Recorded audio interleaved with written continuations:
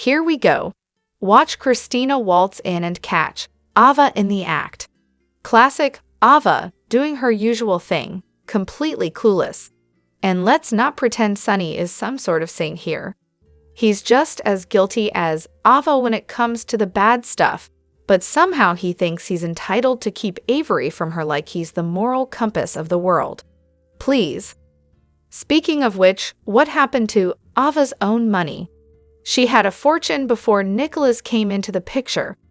If she was smart, she never would have gone running to Sonny. What exactly did she expect? Some kind of fairy tale ending? Spoiler alert, it's not happening. Now Kristina is over at Sonny's house, and she knows he's got heart problems.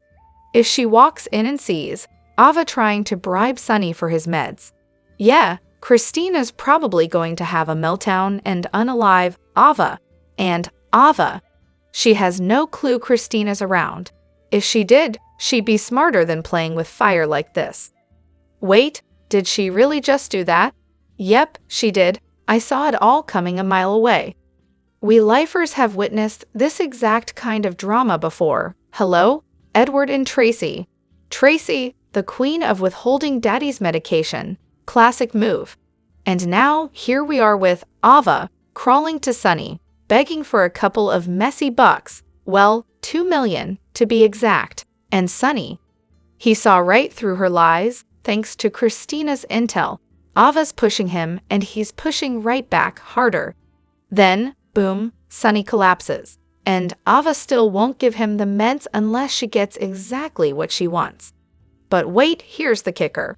Kristina is upstairs, and where the heck are Sonny's bodyguards? They're never far away. Kristina's usually got radar when Ava's around, so this is shocking. Look, Ava might be a little twisted, but she's not as much of a ghoul as people think. She's got layers, okay? Definitely one of the more complex characters out there. Honestly, I'm loving how the writers are fleshing her out. Don't worry, Sonny will be fine. He's a survivor. Hello everyone, welcome back to my channel, Messy Syrup. It's me, Abby here. I hope everyone is having a wonderful day. Keep watching. So let's dive into today's video. Great, here we go again. Holding the heart medication, done already by Tracy Q. So, writers, how about some creativity for once? Ava, as always, is a walking nightmare. She's still the same selfish, cold-hearted narcissist she's always been, and it's honestly nauseating. Don't get me started on the mess she made of Kristina's life, but let's not forget how she played a huge role in separating Esme from her son. People love to ignore that, but I won't. If Ava had just handed Nicola's over to the cops when she had the chance, Ace wouldn't have been taken, Esme wouldn't have snapped, and she wouldn't have disappeared. But no, that's too much to ask of her. So I'm just going to sit here and wait for the day Esme comes back and makes Ava really regret it. And by the way, let's talk about how Ava was responsible for Kiki's death. Yeah, I said it.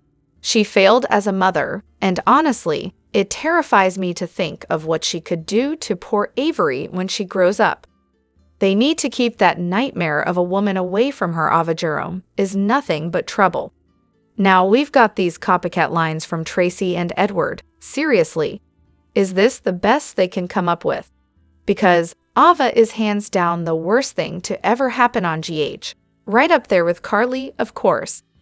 Remember how she slept with Morgan, her daughter's boyfriend, over and over. Ryan Chamberlain murdered Kiki because Ava basically ordered it. Oh, and let's not forget the paternity test drama. Ava has no business raising that child.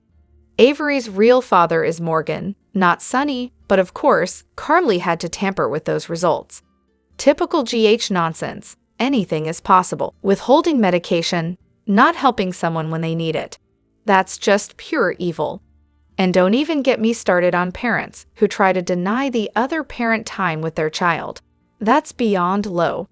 Ava might think she's got the upper hand right now, but Kristina's upstairs, and trust me, if she comes down and sees what Ava's up to, it's game over.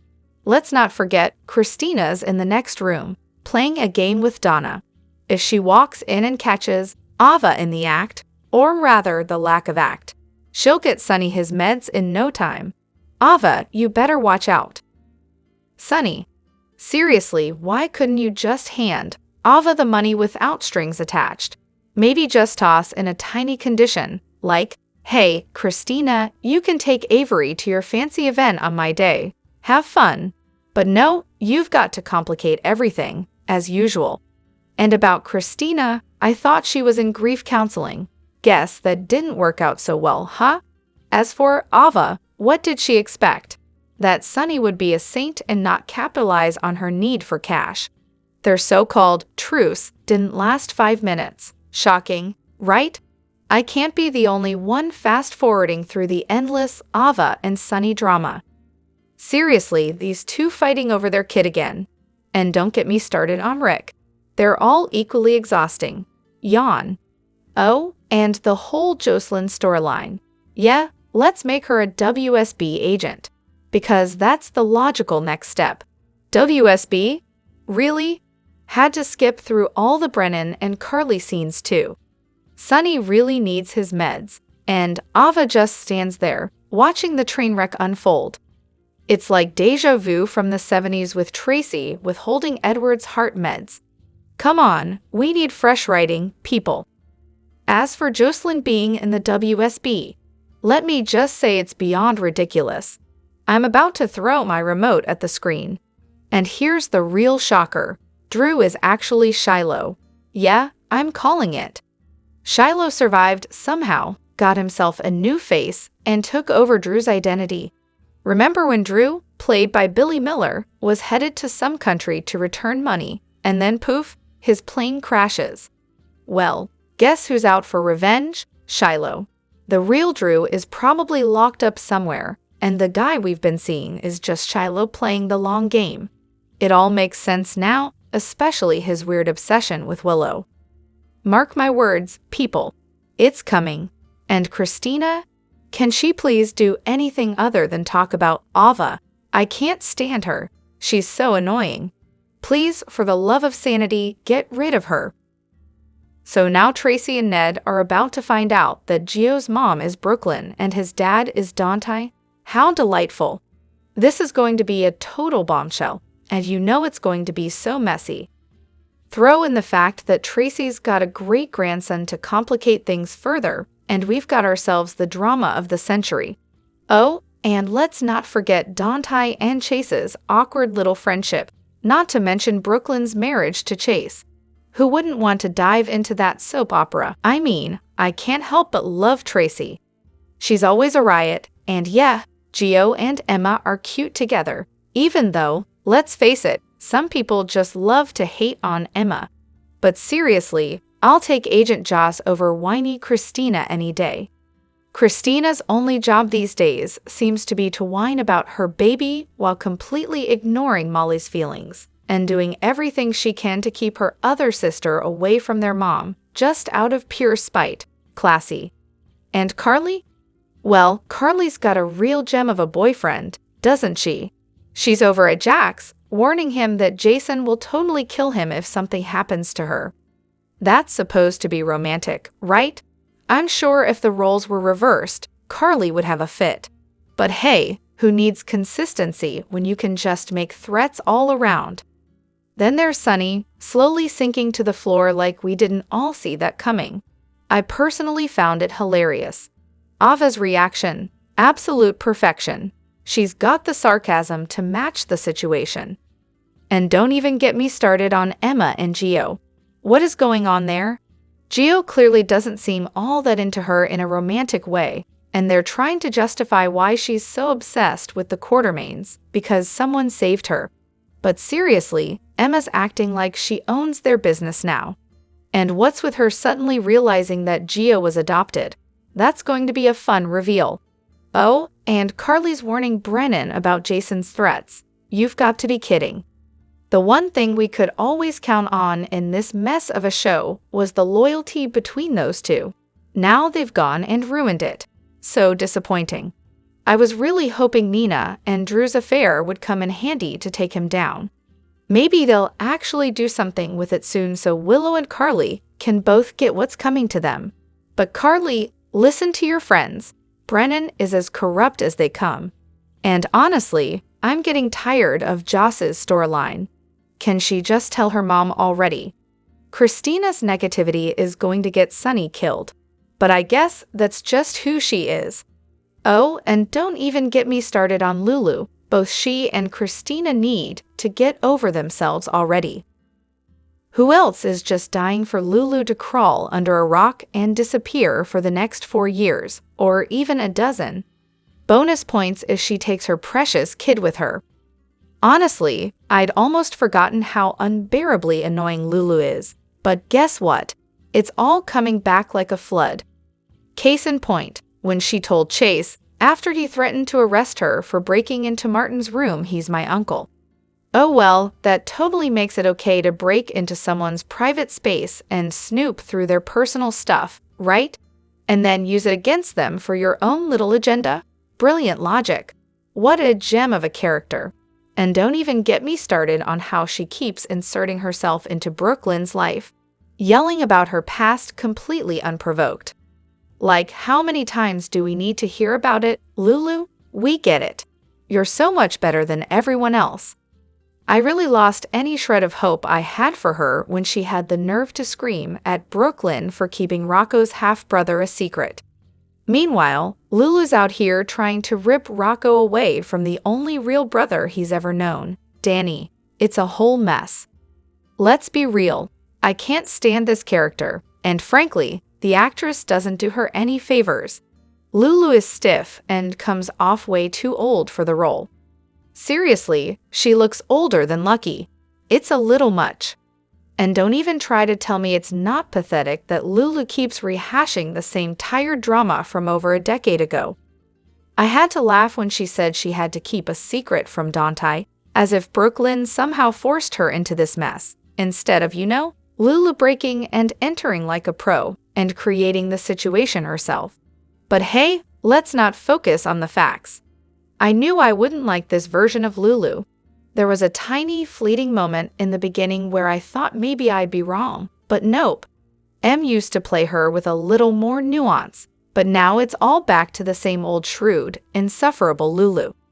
Honestly, every time she's on screen, I'm just reminded of why I couldn't stand her for so long in the first place. Ava should be a powerhouse, not some weak, desperate mess. Seriously, I'm over the way she's been written lately. This character who's supposedly on the brink of collapse and now broke. That's just insulting. Ava's always been wealthy, always had her own money.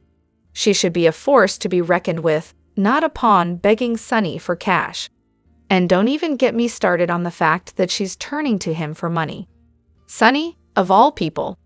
The guy who's a terrible parent, has blood on his hands, and has killed people. Yet somehow it's only Ava who gets to be reminded of her flaws constantly. What a joke. Now, I will admit, I do enjoy the whole Ava-Kristina rivalry. It adds some spice. But honestly, I don't blame Ava for what went down with Kristina. Kristina tripped and flew right out that window, and deep down, we all know it. The real issue here is Ava's tendency to keep crawling to people who despise her for financial help. She actually thought Sonny would hand over $2 million with 0 strings attached. Really?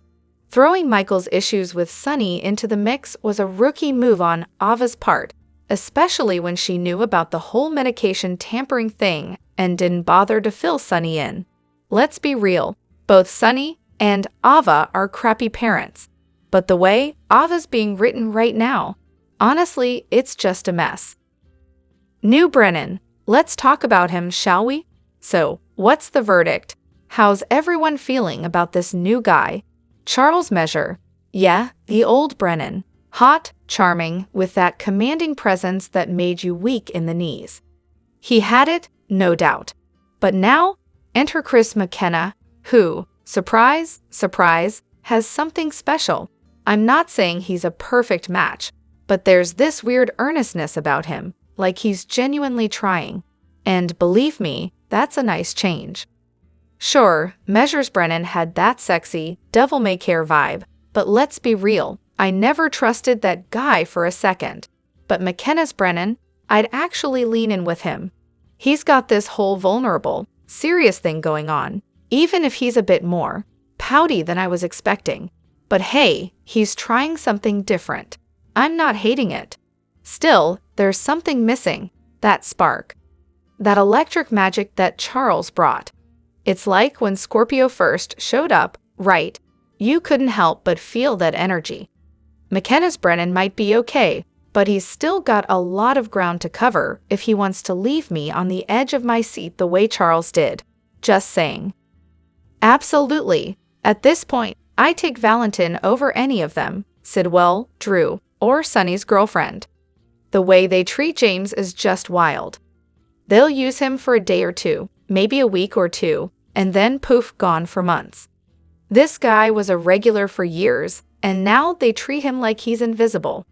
I seriously thought Jack was about to pull some miracle and let Valentin escape the other day, but nope, doesn't look like that's happening. And let's be real, who actually wants Sidwell or Drew over Valentin? Not me. I mean, I like Sidwell too, but let's not kid ourselves. Valentin is way more interesting than half the people clogging up the screen. I get that JPS, James Patrick Stewart, prefers the recurring status so he can work on other acting projects. But here's the thing. He's been on GH forever, and never has he been gone for close to a year.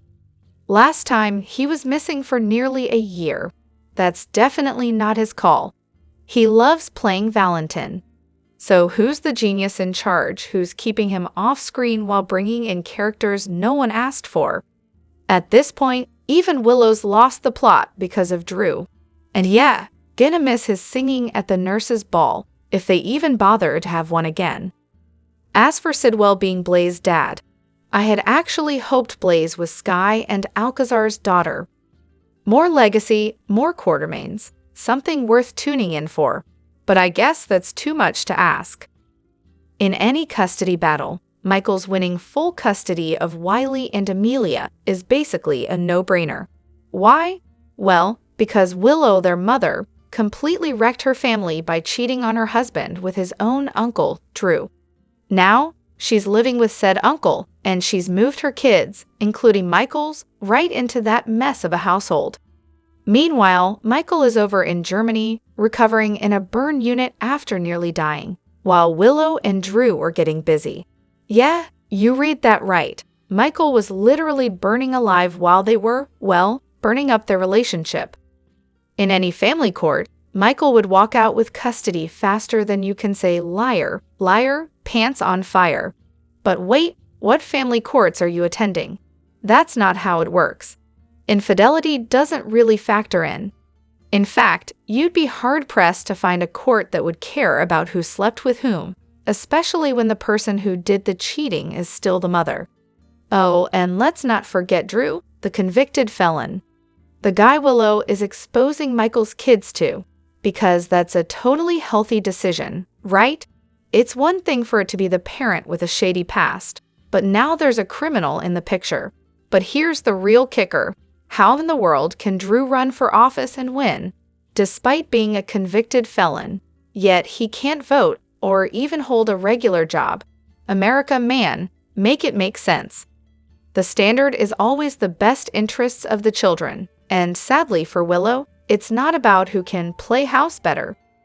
The system tends to assume the mother has a stronger bond with the kids. Except, Willow was in a cult, Michael went to prison, and oh yeah, he's mob-affiliated. Did I mention all of his exes died under suspicious circumstances? Yeah, that's a fun little detail too. Drop your thoughts in the comment section below. Do you agree or disagree? Don't forget to like, subscribe, and hit the notification bell for more updates. Your opinions matter, and I will see you in the next video. Thank you.